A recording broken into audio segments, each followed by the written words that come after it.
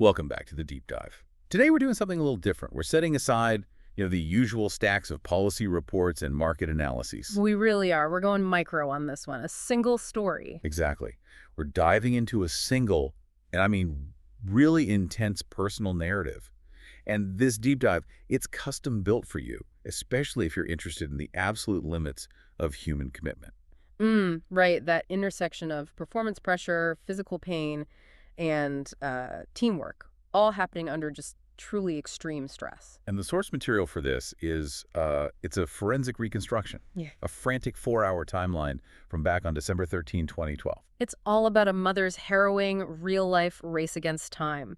She's trying to get her injured son, Jawan, to an international night performance right in the middle of Manhattan. And the stakes here, they're not just about, being on time for a show. This is a story about duty clashing head-on with individual pain. And all under this heavy, heavy expectation of representing a nation. So our mission, really, is to take this chaos, this whole sequence of logistical meltdowns and physical sacrifice, and pull out the real meaning of what the Thorst calls the responsibility of the stage. Yeah, and when you look at it closely, this whole thing, it stops being just a personal anecdote. Yeah. It really becomes this vivid, high-pressure case study in leadership, in perseverance. A case study, I like that. It just beautifully captures the conflict, right, between suffering as an individual and needing to deliver for the collective, especially since this whole performance, it was explicitly framed as representing the culture and identity of Korea on an international stage. So that adds a whole other layer of pressure. A massive exponential layer of mental pressure on every single person involved. Okay, so let's unpack this timeline, Right. because it all begins with,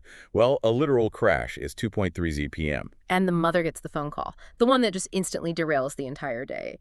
Jiwon's message is simple, but it's alarming. Mom, I got hurt. Yep. He'd been playing basketball in gym class. He fell, and fell hard. The source makes it clear this wasn't just, a minor sprain. He was already limping badly. And complaining of severe, sharp pain in his ankle. Mm. Movement was, difficult. Excruciating is how it's described. So the mother is immediately hit with just this tsunami of conflicting emotions. Oh, absolutely. A total gut punch. You have the maternal shock, the worry for your child. Is he okay? Is this serious? And at the exact same moment, that sinking professional realization that the high-stakes performance that evening is now just hanging by a thread. The emotional crisis and the practical crisis land at the exact same time. And what's so fascinating in these high-pressure scenarios is how quickly the sort of operational mindset has to take over. It overrides the panic. The worry is there, but duty demands you do something. Exactly. The source notes that Jawan, even with the pain, he manages to get himself onto the school bus and home. That buys them crucial time. And from there, it's just, okay, what's next? Logistics. Yep. They gather the heavy traditional instruments, the costumes, and they immediately meet up with a fellow performer's car, it was Jawan's sister, to start the long commute into Manhattan. The clock is already screaming. And right here, they hit their first major decision point. They know that rushing to a standard emergency room means it's over. Right. No doubt about it. You go to an ER, you will miss the performance, you'll let the team down, you'll let the audience down.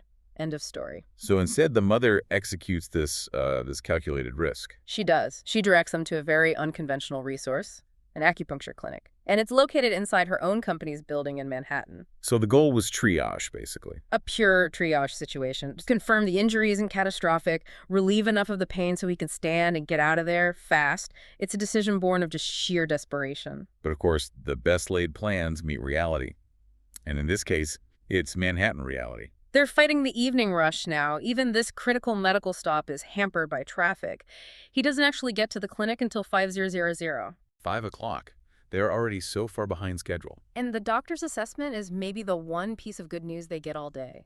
The bones seem to be okay, but the inner ankle pain was severe. The diagnosis was firm, though. Very firm. Absolutely no weight-bearing activities, no continuous movement, and definitely no jumping. They're now facing what seems like a logistical impossibility. And they have a hard deadline, 6:00 p.m. They have to be physically out of that office building and on their way to the venue. A venue which is still blocks away, and that rigid, non-negotiable deadline just launches us straight into the next phase of this whole ordeal. The Manhattan Gauntlet.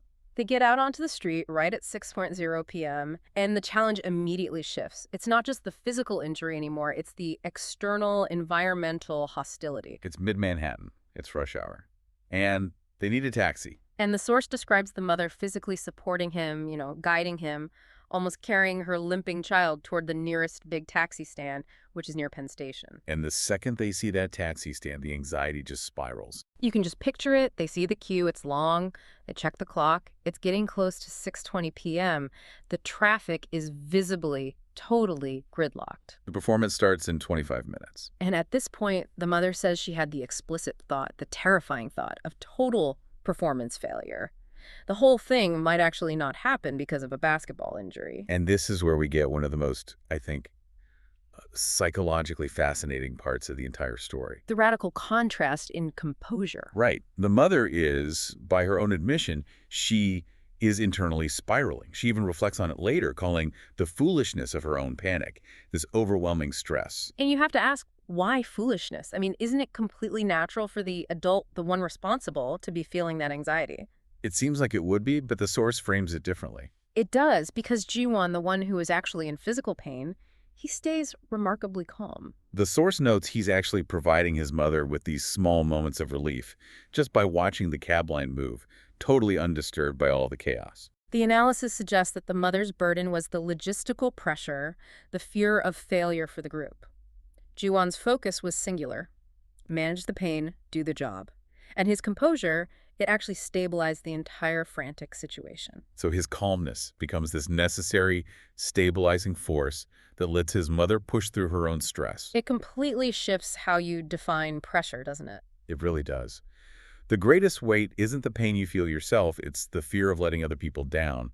But, duty doesn't pay for the taxi, they finally get one. And now they're officially in the traffic trap. If you have ever tried to go a short distance near Penn Station at 6:30 at night, you know this pain. The commute is harder than the performance. And the driver, trying to be clever, he attempts a shortcut down a blocked alleyway, thinks he can shave off a minute or two. A disastrous backfire. The car just stops completely. They are forced to sit there, immobile, for 7 agonizing minutes in a blocked alley while the clock ticks past 6:30. It's now nearing 6:40 p.m. I can't even imagine the panic in that car. And that sustained high-stress environment, that 7 minutes of just being stuck when every single second matters, it leads to the final avoidable error. The mother, just consumed by panic, stress overload, gives the driver the wrong address. And the consequences are immediate, and they're terrible. They get dropped off, and even with his bad ankle, the doctor's warnings, they now have to walk another full block just to get to the venue. And that unnecessary walk just minutes before showtime, it just makes the injury that much worse. It's the perfect example of how mental fatigue just overrides everything.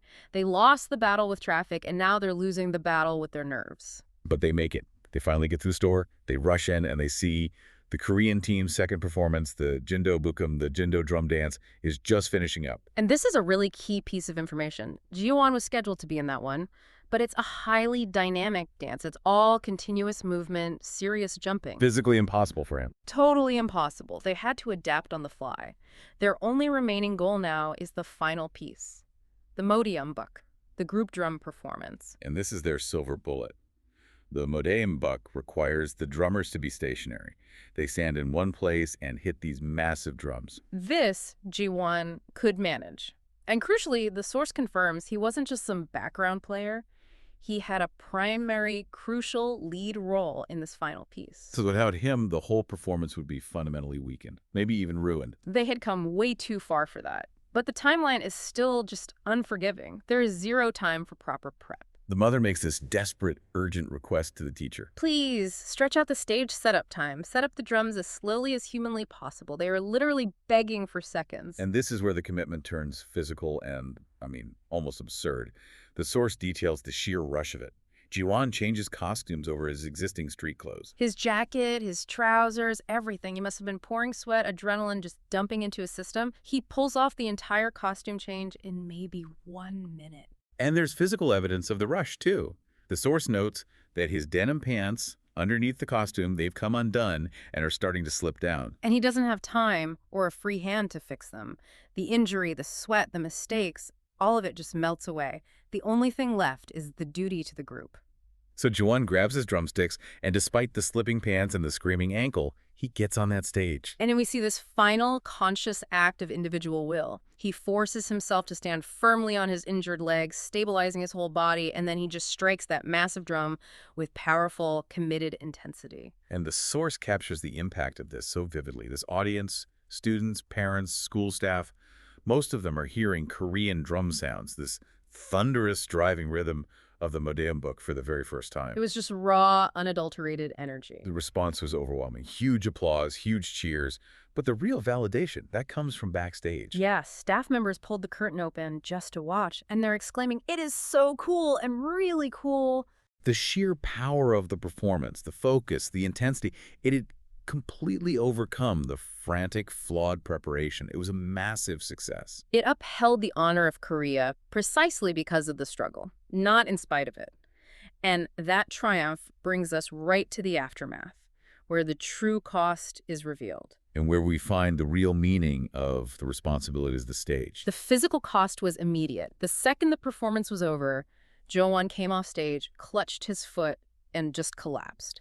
And it wasn't a sudden, melodramatic fall. It was more like a physical disintegration. The tension and the willpower that had held him up for 4 hours just evaporated.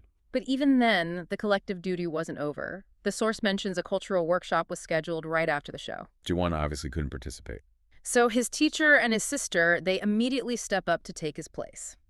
The mother even notes the teacher's face was flushed dark red from the exertion of covering Jo-won's part. The struggle was truly, truly shared. And right here is the small, quiet, but absolutely crucial detail that defines this whole story. Despite being in intense pain, having just collapsed, Ji-won looks up at his teacher. Who is visibly struggling, red-faced, pouring sweat from covering for him. And he asks, "Teacher, are you okay?" And that's the moment. That's where individual pain gives way entirely to the collective priority. So if we synthesize this, the source argues, pretty compellingly, that the ultimate power of that performance, it didn't come from flawless execution. No perfect timing, no zero-error run. Not at all. It came entirely from their mutual support, from their reliance and their trust in each other. The struggle, the injury, the traffic, the mistakes, the exhaustion, it was all shared. It was absorbed by the group. That idea of a shared struggle is so key. That collapse wasn't just about releasing physical pain. It was releasing 4 hours of pure, focused willpower that he was using for the group. Exactly.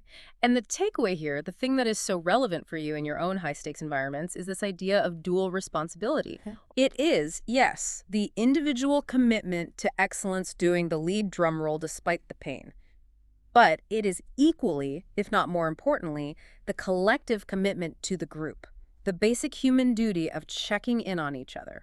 Their success was defined not by one hero, but by the group standing as we. Precisely. It gives you such a profound insight into team dynamics. Commitment isn't just showing up when it's easy.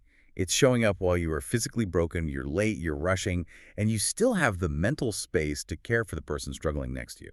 And the relevance goes way beyond the stage. Think about this idea of mutual commitment in a crisis meeting at work, or a complex project deadline.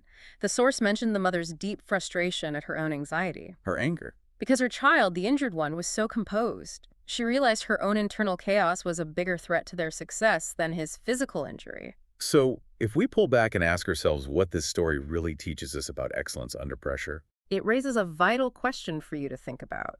If the greatest pressure on a high-stakes project comes less from the actual performance, hitting the notes, timing the beats, and more from the chaotic logistical barriers, the internal fear of failure, the wrong addresses, the things you can't control, then what does that tell us about where we really need true mental fortitude?